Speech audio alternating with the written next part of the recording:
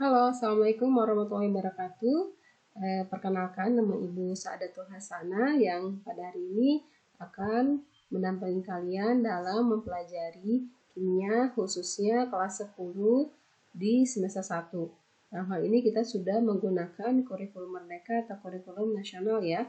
Jadi selamat buat kalian semua yang sudah melewati tahap MTS atau SMP-nya sehingga sekarang bisa duduk di SMA atau MA, dan semoga kalian di sekolah yang tingkatnya lebih tinggi ini menjadi lebih baik lagi dan semakin semangat dalam belajarnya. Oke, pada kesempatan kali ini kita akan belajar tentang pengenalan kimia. Tentunya kalian harus kenal dulu dengan kimia karena ini adalah sesuatu yang baru karena kalian tidak temui saat di SMP mungkin ya, atau MTS-nya karena masih tergabung dalam mapel IPA.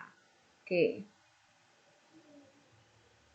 Dalam hal ini, ruang lingkup kimia adalah ilmu kimia itu sendiri adalah ilmu pemahaman dan rekayasa materi. Oleh karena itu, ilmu kimia dapat didefinisikan sebagai ilmu yang mempelajari tentang susunan, struktur, sifat, perubahan materi, serta energi yang menyertai perubahan tersebut. Inilah yang disebut dengan ilmu kimia. Jadi kita tidak hanya mempelajari tentang strukturnya apa, tapi juga bagaimana sifatnya dan bahkan sampai energi yang menyertai dari perubahan dari suatu unsur atau sifat dari senyawa yang kita akan pelajari. Nah, kemudian kita akan sering berbicara tentang apa itu senyawa. Ya, Ibu ingatkan lagi, senyawa itu adalah perpaduan dari dua jenis unsur atau lebih dengan komposisi tertentu. Misalnya ada senyawa air di sini ya. Air ini gabungan dari unsur H dan O, H hidrogen dan O oksigen. Jadi air ini merupakan senyawa yang tersusun dari dua unsur dari hidrogen dan satu unsur dari oksigen. Nah, yang bernamakan rumus kimianya adalah H2O. Sedangkan unsur itu adalah zat yang paling dasar dari penyusun segala macam senyawa. Jadi unsurnya itu adalah satuan ini. Misalnya ini unsur H, hidrogen, dan ini unsur oksigen. Nah, apa itu materi? Materi itu adalah terdiri atas partikel dasar yang disebut dengan atom. Kalian masih ingat itu atom? Ya, atom itu adalah sesuatu yang tidak dapat dibagi-bagi lagi dan sebagai penyusun dari senyawa dalam hal ini untuk bergabung dalam membentuk molekul. Nanti akan lebih jelas lagi, kita akan pelajari dari atom itu sendiri. Ya, apa sih manfaatnya dalam belajar kimia? Banyak sekali tentunya manfaatnya. Yang pasti kalian dapat mengubah bahan alam menjadi produk yang lebih berguna untuk memenuhi kebutuhan kita. Jadi material yang kita gunakan dalam membentuk produk yang kita inginkan itu tentunya akan memerlukan komposisi dan sifat khusus yang ditemukan oleh para ahli kimia. Misalnya DDT, kalian tentu tidak asing lagi dengan DDT. DDT ini adalah biasa yang digunakan oleh para petani untuk sebagai insektisida yang digunakan untuk berantas nyamuk dan hama tanaman. Tentu ini akan sangat bermanfaat jika senyawa kimia itu digunakan pada pemanfaatannya yang tepat ya. Tentu selain itu juga ada efek negatifnya ya, misalnya dalam plastik atau CFC atau klorofluorokarbon yang ternyata menimbulkan pencemaran lingkungan karena pembakaran plastik yang tidak benar akan menghasilkan dioksin yang sangat beracun, atau CFC yang bisa mengikis lapisan ozon bumi yang kita tahu ozon bumi itu bisa melindungi kita dari sinar ultraviolet matahari. Baik, selanjutnya adalah apa hubungan ilmu kimia dan ilmu pengetahuan lain. Jadi ilmu kimia ini disebut dengan central science. Apa itu central science? Yaitu peranannya sangat penting di antara ilmu pengetahuan lain. Misalnya dalam pemecahan masalah lingkungan, industri, dan kesehatan umumnya memerlukan kimia. Ini adalah salah satu skemanya. Misalnya kimia ini bisa membantu dalam hal kedokteran, fisika, kosmologi, metalurgi, arkeologi, botani, dan banyak lagi ilmu-ilmu yang lain. Jadi inilah sangat pentingnya peranan ilmu kimia sebagai ilmu pengetahuan sentral atau yang dibutuhkan untuk menopang pengetahuan-pengetahuan lainnya yang digunakan dalam hajat hidup orang banyak, dalam ini kita sebagai manusia.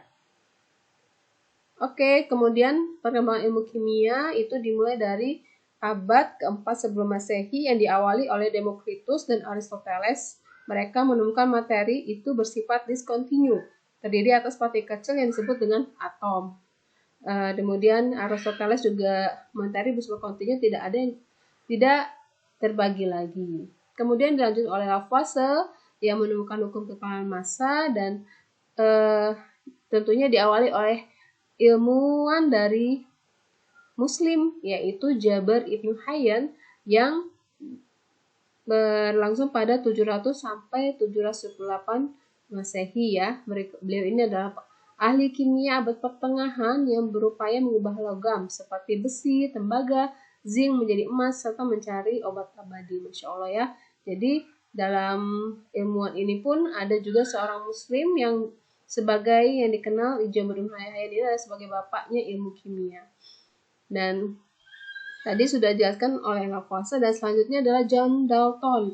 Nah, Dalton ini yang menemukan teori atom pertama. Nah, dengan ditemunya atom ini adalah cikal bakal ilmu kimia yang berkembang dengan sangat pesat. Selanjutnya adalah metode ilmiah. Jadi dalam pelajari kimia, kita harus tahu metode ilmiah. Ya, karya ilmiah atau produk dari proses pengumpulan data untuk menjawab pertanyaan guna memecahkan masalah. Tentu kita akan selalu dihubungkan dengan bagaimana memecahkan masalah itu dengan metode ilmiah. Apa saja langkah metode ilmiah itu? Yang pertama kita harus dulu mengidentifikasi masalahnya apa. Kemudian membuat hipotesis. Hipotesis adalah jawaban sementara yang kita gunakan untuk menjawab masalah yang kita temukan. Ini bisa dilakukan dengan penalaran yaitu seperti kajian pustaka. Kemudian mengumpulkan menganalisis data. Bagaimana kita mengumpulkan ini untuk menjawab penelitian dengan membuktikan hipotesis yang sudah kita susun. Lanjut, menginterpretasi data dan membuat kesimpulan, yaitu menghubungkan temuan dari penelitian dengan penelitian terdahulu ataupun membandingkan dengan teori yang telah ada sehingga teori sebelum dapat diuji kebenarannya dan bahkan dapat menghasilkan teori baru. Inilah langkah-langkah dari metode ilmiah yang senantiasa seharusnya seorang ilmuwan atau kita sebagai pelajar dalam hal ini mempelajari kimia tentunya harus sesuai dengan urutan-urutan ini, yaitu dengan mengidentifikasi masalah, membuat hipotesis, mengumpulkan menganalisis data, dan kemudian menginterpretasi data dan membuat kesimpulan. Selanjutnya, saat kalian di laboratorium, ini adalah pengantarnya. Bagaimana nanti saat kita belajar kimia, itu ada tata tertibnya ya.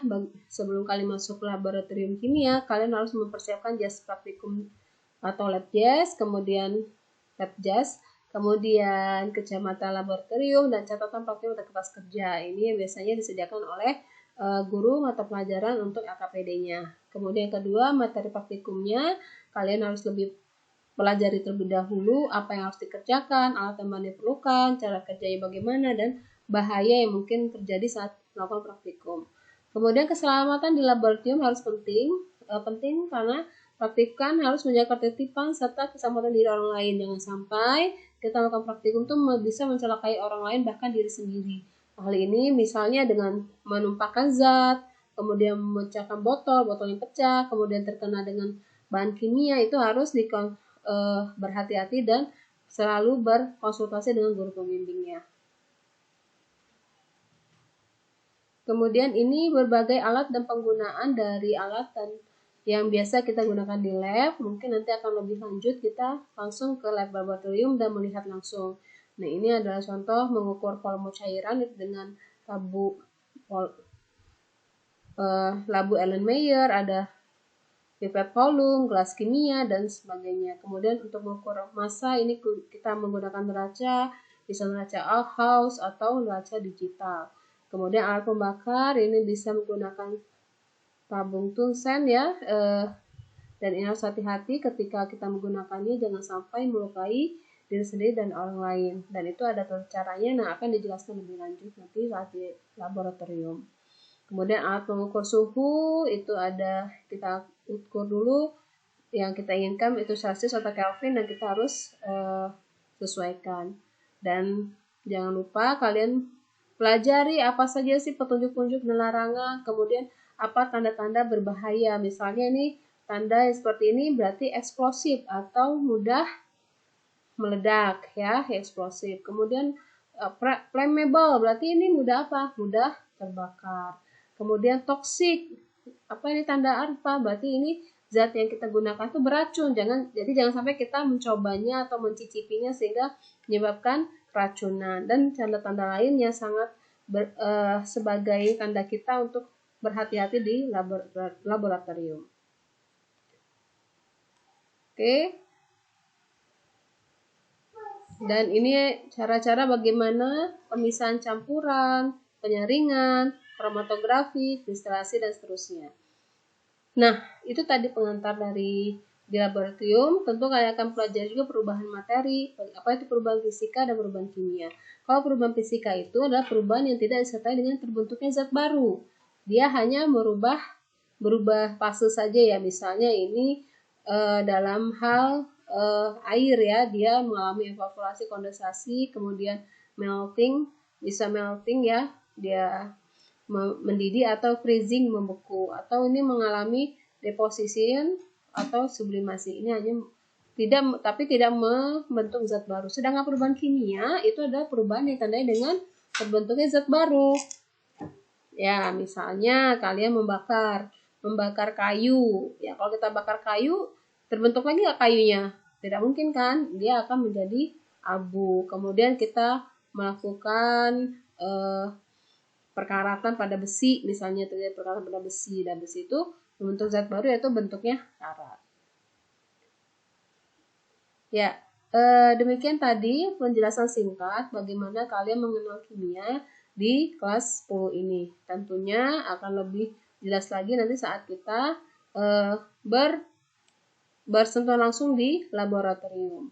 Sekian dari saya akhiri. Wassalamualaikum warahmatullahi wabarakatuh.